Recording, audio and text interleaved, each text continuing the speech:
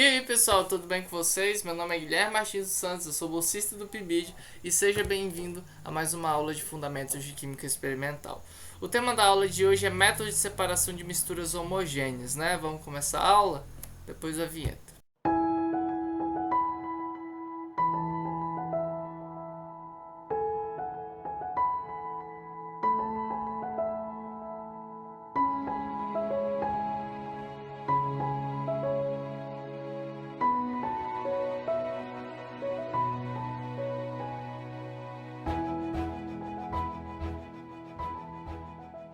Então, pessoal, uma coisa que eu gostaria que a gente frisasse, né, é que o método de separação de misturas homogêneas, ela acontece quando se tem apenas uma única fase, lembra? Ok. Uma coisa que é interessante, tratando, né, das misturas homogêneas, é que as substâncias elas estão muito, digamos assim, misturadas entre si, entendeu? Eles estão muito bem. Então, sempre a gente vai ter que arrumar algum recurso que vai estar associado sempre às propriedades físicas dos materiais ali. O que a gente vai fazer? A gente vai sempre pegar uma propriedade física de alguma coisa que está ali e vai em cima daquilo fazer, né, a separação, beleza? Por isso que a gente diz que nos métodos de separação de misturas homogêneas há então um processo físico, ok? Que delícia! Que tempero você usou nisso? É só sal que eu tirei da água do mar. Com uma pitada de sal, um ser humano consegue comer qualquer coisa. Uma coisa que é interessante, olha só, uma referência aí. Como é que o Senko ele obteve o sal? Né? Vocês já pararam para pensar? É bem simples, né? Basicamente, pessoal, o método utilizado pelo Senko para realizar essa ação, né, de justamente, como que se diz? Justamente tirar o sal da água, ele foi o método de evaporação. Provavelmente ele pegou um pote ali, ele fez um pote com alguma coisa, tirou a água do mar e deixou exposto ao sol. O que acontece, né, basicamente nesse processo? A gente tem incidência, a gente tem o sol, né, vamos supor que esse daqui é o sol. O sol ele vai incidir, né, radiação, né, luz aqui, e vai esquentar, e a gente vai ver a separação, né, do sal da água. Por quê? Porque a água evapora e o sal fica. Agora, o processo de evaporação é só utilizado para separar água de sal? Não, ele é utilizado para separar sólido de líquido. Né? Para que isso aconteça, né? Para que haja por meio da evaporação esse processo, é necessário que um seja sólido e outro líquido, tá? Por quê? Porque é necessário que haja uma grande diferença de pontos de ebulição entre as substâncias ali envolvidas. O que isso quer dizer? Supondo aqui, por exemplo, uma escala, né? Por exemplo, uma escala aqui de temperatura, né? O ponto de fusão de uma substância sendo mais baixo, né, do que da outra, né? O que isso? Ponto de ebulição, na verdade, nesse caso aqui, né? O ponto de ebulição, né, acontecendo aqui, tratando que essas duas retas dão, né, a temperatura ali, seja em graus Celsius ou em Kelvin, né? O que apresenta menor ponto de ebulição é o que tem menor, né? Tá menor aqui na escala. Ok, é necessário que haja uma grande diferença. Então, por que isso acontece? Por que é necessário? Porque uma substância que apresenta um menor ponto de ebulição, ela vai evaporar mais fácil, enquanto que a outra não. O que a gente precisa é que uma evapore e a outra não, entendeu? Então, justamente, a gente precisa de ter essa diferença. Quais são as vantagens da gente utilizar, né, esse método como para separar, né, a água do sal? Quais são as vantagens, né, de utilizar-se a evaporação? A principal vantagem é a energia, né?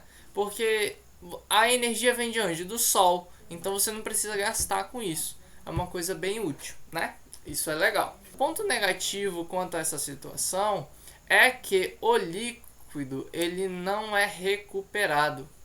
Sim. O líquido ele vai embora no ambiente, né? Ele evapora e simplesmente vai no ambiente. Quando é água, a gente não tem nenhum problema, de fato.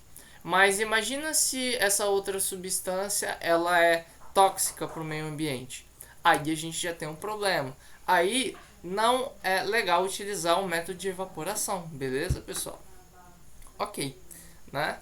E um ponto, né, digamos assim, negativo das salinas, né, é que justamente você precisa de muito espaço para fazer ela, né?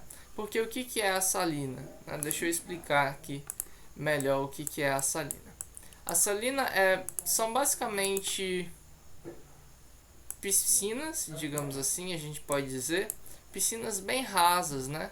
E por serem rasas, né, você tem uma grande ação do sol sobre essa água que vai causar essa evaporação. Ocorrendo essa evaporação, né, que tem uma área, né, e como a profundidade é bem pouca, então você tem a formação ali de sal com certa facilidade, beleza? Ok. Um outro método utilizado é a sublimação. A sublimação ela vai acontecer entre sólidos, tá bom? O lance da sublimação é quando que a gente utiliza ela. É necessário que quando a gente for utilizar a sublimação, uma das substâncias ali seja ela sublime, né?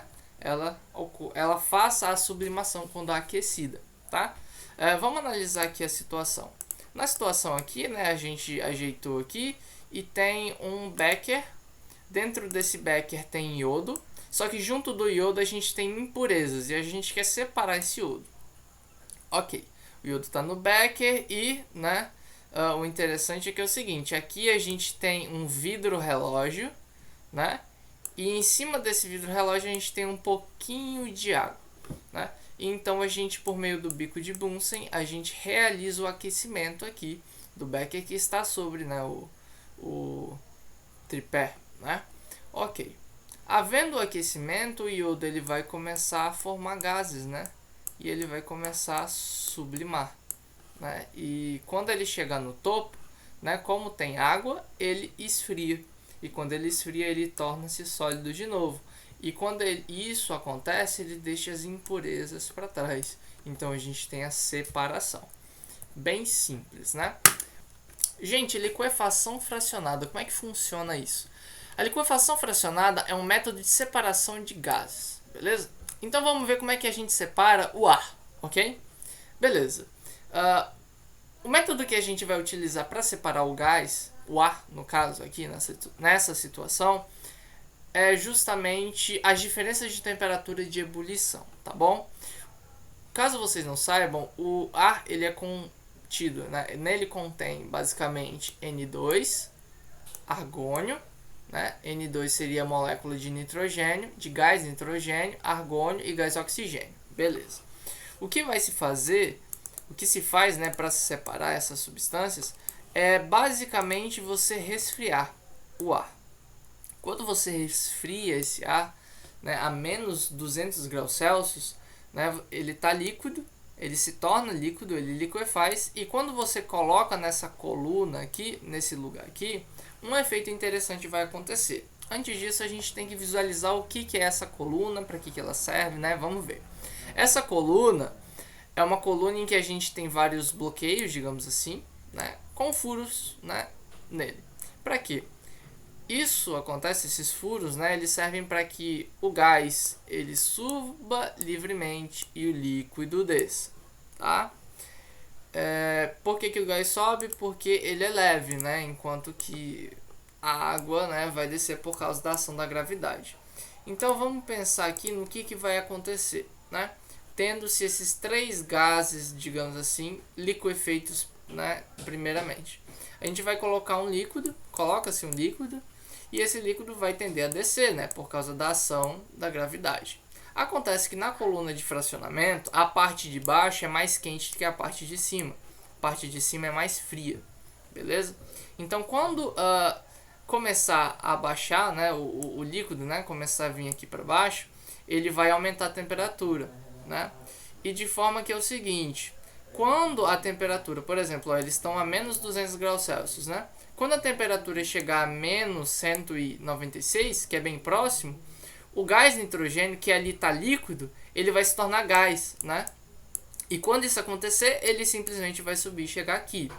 Agora, se a temperatura ela começar a aumentar, né, e aumentou mais 10 graus, né, graus Celsius, então o gás argônio, né, que estava líquido, ele vai começar a, né, tornar gás de novo. E quem continua esse caminho é o oxigênio líquido, beleza? Que depois a gente realiza o aquecimento e a gente obtém essa diferença ali, né? Desculpa os rabiscos aqui, eu espero que vocês tenham entendido aí, ó.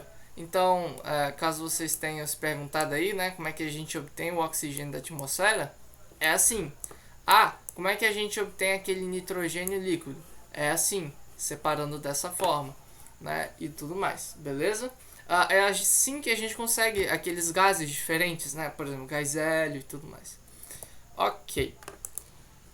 Além disso, pessoal, a gente tem o fenômeno da adsorção. O que é a adsorção? Né?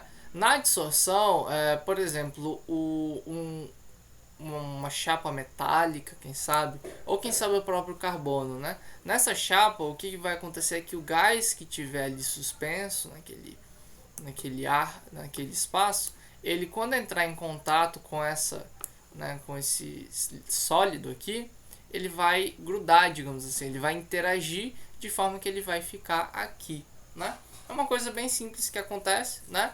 E é isso, não faz muito sentido. Vamos ver uma aplicabilidade, né? Vamos pensar. Alguém aí já ouviu falar que se a geladeira estiver fedendo, se a gente colocar carvão ali, ela vai ficar mais... ela vai tirar aquele fedor? Isso tem base científica? Tem. Porque o que vai acontecer? Dentro da geladeira a gente guarda alimento. E muitas vezes vai acontecer de com o tempo algum alimento ali começar a querer, né, apodrecer um pouco. E isso vai eliminar ali naquele lugar ali gases fedorentos, ruins, né, pro nosso odor. O que vai acontecer é que quando a gente coloca carvão ali, naquela situação, né, o gás, né, fedorento, né, que vai estar ali, ele vai grudar nesse carvão e a gente vai conseguir retirar, beleza? É bem simples, né? E é isso aí, pessoal. Falou! É nóis! Nos vemos no próximo vídeo.